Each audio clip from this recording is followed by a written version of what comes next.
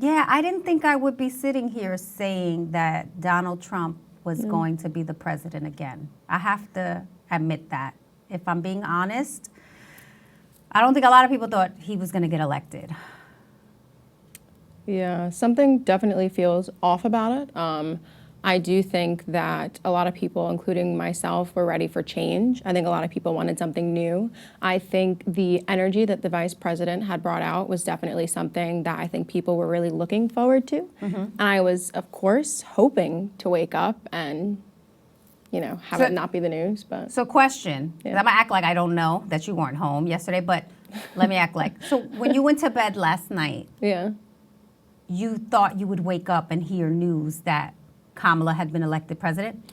I was hoping. I was watching the votes. Coverage? Yeah, I was watching the coverage. I remember going to bed, and I think he was at like 207, and maybe she was at like 180, and I was like, oh, it'll be up. Like maybe they just, I thought it. You were hopeful. I was very hopeful.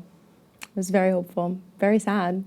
Very Now, disappointed. if I'm playing devil's advocate, right? Let me just play devil's advocate because you said you were hoping for change, but Kamala sits in the White House now as the vice president. So when you say change, what is it that you were hoping would change? That's a good question. I think overall, I think just a fresh breath of air. I think, when Biden came out and was going to go for that second term, it's kind of like, oh, okay, we're going through the whole 2016 again, so fun. And I think just having a new face in there, I think having somebody that was just energetic, she's younger, which I think is awesome. I think she just brings a different amount of energy. I think the change really... But I mean, be real. It was a black woman running for president. Well, yeah, that too. I mean, who wouldn't want that? I think... And it just being a woman, period, too. Right. I think that would have been something that would have been great to see. It just sucks. Like, it just sucks. You feel like it sucks? It does. Well, as your mother, I feel compelled to tell you that you should have hope. I mean, of course, you always have hope, and I think no matter at the end of the day who sits in the seat as president, there still has to be push for change. It's not like oh, Kamala's in the office, everything's all good now. Obviously not. But I do think, it doesn't stop the work that has to be done. It doesn't stop the fact that there still needs to be change. A lot of work. I just think it's going to be a lot harder having, obviously, him as president. Well, we've had him as president, and we know what that was like. I remember being locked up in the house during COVID. I remember how he dealt with COVID. I remember the insurrection. So I'm kind of triggered by a lot of the stuff that I remember from his term was just completely out of whack in the country. So that's how I feel. You were surprised that I caught that, right? Yeah, I didn't think you were going to. You didn't think I was going to get it, though. You didn't think I was going to catch it. You always underestimate me. No, I don't. Okay. I never underestimate you, actually. Don't ever say that. Oh, okay. I don't underestimate you. That's for the latter half of the episode later. when we start talking mother-daughter. So let's stay on the election, Kayla.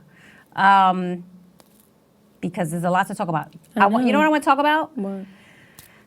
So, of course, when I wake up to all the news and I'm scrolling, I see a lot of people talking about the influence of celebrity. Let's go there, right? Because I think Kamala had a lot of celebrity endorsements. Who endorsed her? It was from your generation, right? Who do you feel like were the bigger celebrity players that came out and in support of Kamala? You mean? I don't know specifically from my generation, but I know there was like Cardi B came out, Stop there. Okay, but not we're in the Bronx. Wait. No, I'm going to ask you questions. Okay. This is how this works. Okay. All right, I'm going to ask you questions. Okay. So Cardi B, let's stop there. Yeah. Because we're in the Bronx. Yes. And Cardi B reps the Bronx. And Cardi even posted something because she was really disappointed. How did you feel? I saw her post. How did you feel about Cardi and her? Well, let's talk about her speech when she came out. How did you feel about that? I liked it. I think she's never been shy of talking about politics. Mm-hmm. I feel like it wasn't something new of her. Mm-hmm. I liked it. I didn't have a problem with it, personally. But people did. People are always going to have a problem with something that she says, though. Right. That's just right. Cardi B. But I do like that she's kind of, I feel like a lot of people criticize her because they're like, oh, what does she know about politics? But I do like that she's realizing the responsibility that comes with her celebrity. So for me, when I look at Cardi B, no, I'm not looking to her to give me political advice or, but I do appreciate that she's speaking out and she understands that she has a lot of influence in the community. Yeah. So she'll come out and hope that she's able to, Yeah. sway people's votes or opinions. So there was Cardi. I think the big one that everyone talked about was Beyonce, Obviously. right? Beyonce and Kelly coming Yeah. out. People thought she was going to perform, but you think if she would have performed, it would have changed things? No. Okay, no, it was a bad joke. It's Yeah. too soon? Yeah. Okay. So It's okay. I think that Beyonce endorsing Kamala in that way and showing up, that was a big moment.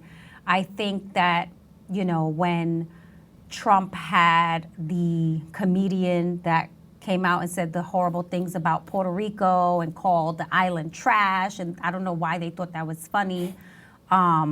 We saw J-Lo come out, another Bronx native. We saw Bad Bunny come out in support of Kamala. So there was a lot of celebrity support that Kamala had. Yeah. I don't know that Trump had too many celebrities behind him. No, I don't think so, actually. None that come to my mind, at least. Like, I know when he had one of his rallies, because I saw clips, there were, like, people performing that.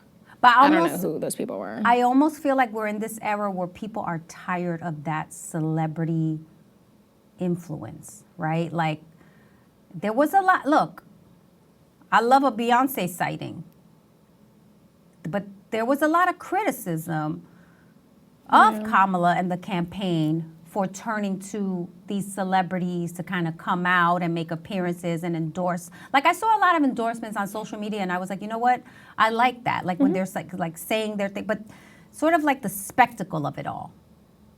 The celebrities coming out and like, it's like people are they really coming here to see the message and hear about the policies, or are they coming here because they want to get a Beyonce sighting?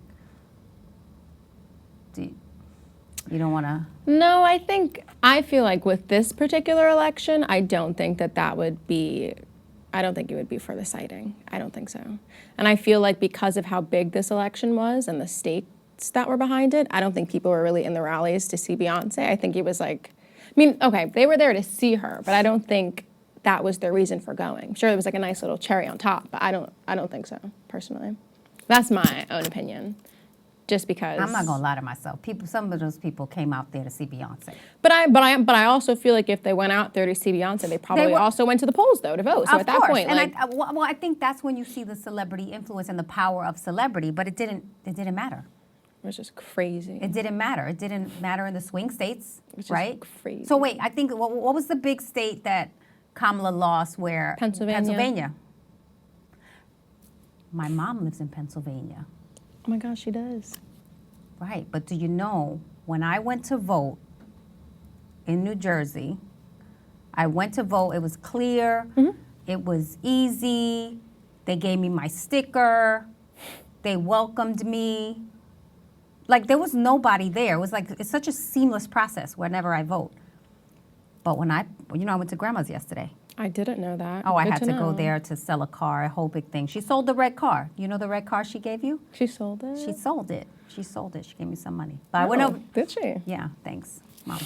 So when I went to get the car, I passed the polls. That's probably because so I went on difficult. election day. I went to my mother's house. My mother lives in Pennsylvania. I went to vote in the morning. Seamless process. Sticker, smiles, everything super easy. When I passed the polls on my way to Grandma's.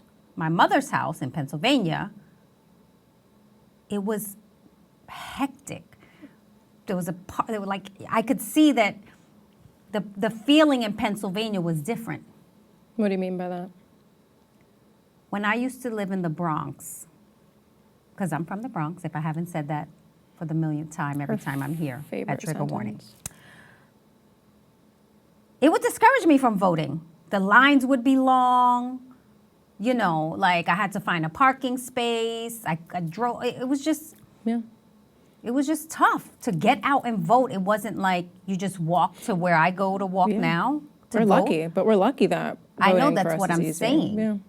When you vote now, I mean, so some places, Especially swing states. It's bad. Yeah. It's like you don't want to wait online and do all of that. So I feel like they make it harder in certain neighborhoods. They do that on purpose. Right? For sure. Because I don't understand why it's so easy where I am at. But anyway, I digress. So yeah, I was in Pennsylvania. So we know he won Pennsylvania. So that was a tough one. This Georgia, Yeah. another Big one. state that we knew we needed. So it was tough. It was tough. But I don't want to dwell on that because I feel like it's over. The work is not done. We have a lot to do. I think the fight that we have is not for us we have to fight differently. Do you know what I mean by that? No. Like the protesting and the people getting arrested and all of that. Like, I don't know if that's effective. I think it's good for awareness, but I don't think it's good for anything else outside of that. I think there's usually no call to action after that, so I think that's where it gets difficult. That's a good point. It's a great point, good. actually. You're saying that you had a great point. You're commending yourself. Yes. Okay, great. Education is where the fight is, I feel like. I was just having a conversation with somebody the other day about that. You have these types of conversations? It was actually I'm proud of you. No, it was with actually one of my dad's friends, and we were talking about it because we were talking about the Which dad? Wrong podcast conversation. my biological father. Yes. No. When we were out and we were talking to one of his friends and we were saying, talking about the election and just about how important education is, because I feel like a lot of people are very ignorant and they don't really understand how things work, how things happen, especially when I see people talk about Trump's policies and his economics, and they obviously don't understand how it works. So I think education is a huge thing. Education is really where our fight is. I also feel, what I saw a lot of people say? I saw a lot of people say that when we are in the midst of economic hard times, people always go with the opposite administration. Really? That's interesting. It is interesting. I don't know if it's like, I don't know what the percentages and stuff are, but, people are economically struggling. And so they look at the administration that's in office and they want to get that administration out. Yeah. I mean, I don't know, but I feel like, I've always lived in a blue state. So for me, it's probably a little different. But when I think about people in the middle of the country and in these swing states, in the red states, they're not necessarily doing well. Yeah. They're looking at, the prices. People keep talking about the prices of eggs. Eggs were really expensive. I don't know if I would fault the administration for that. See, that's my thing. I'm like, okay, so eggs are really expensive these days, but anyway. But it's not, I think the issue with that is people talking about the prices and inflation and everything, and I'm a music major, so obviously I don't have too much knowledge, but I don't think people understand that, like, the first 2 years of anybody's presidency is from the last president. So a lot of people are like, Biden's term was so bad and everything was so expensive. Let's go back to Trump because when he was in office, everything was so cheap. Well, yeah, because for the first 2 years that Trump was in office, it was off of Obama's administration. So I think people they're just not educated. And that's the problem. Yeah.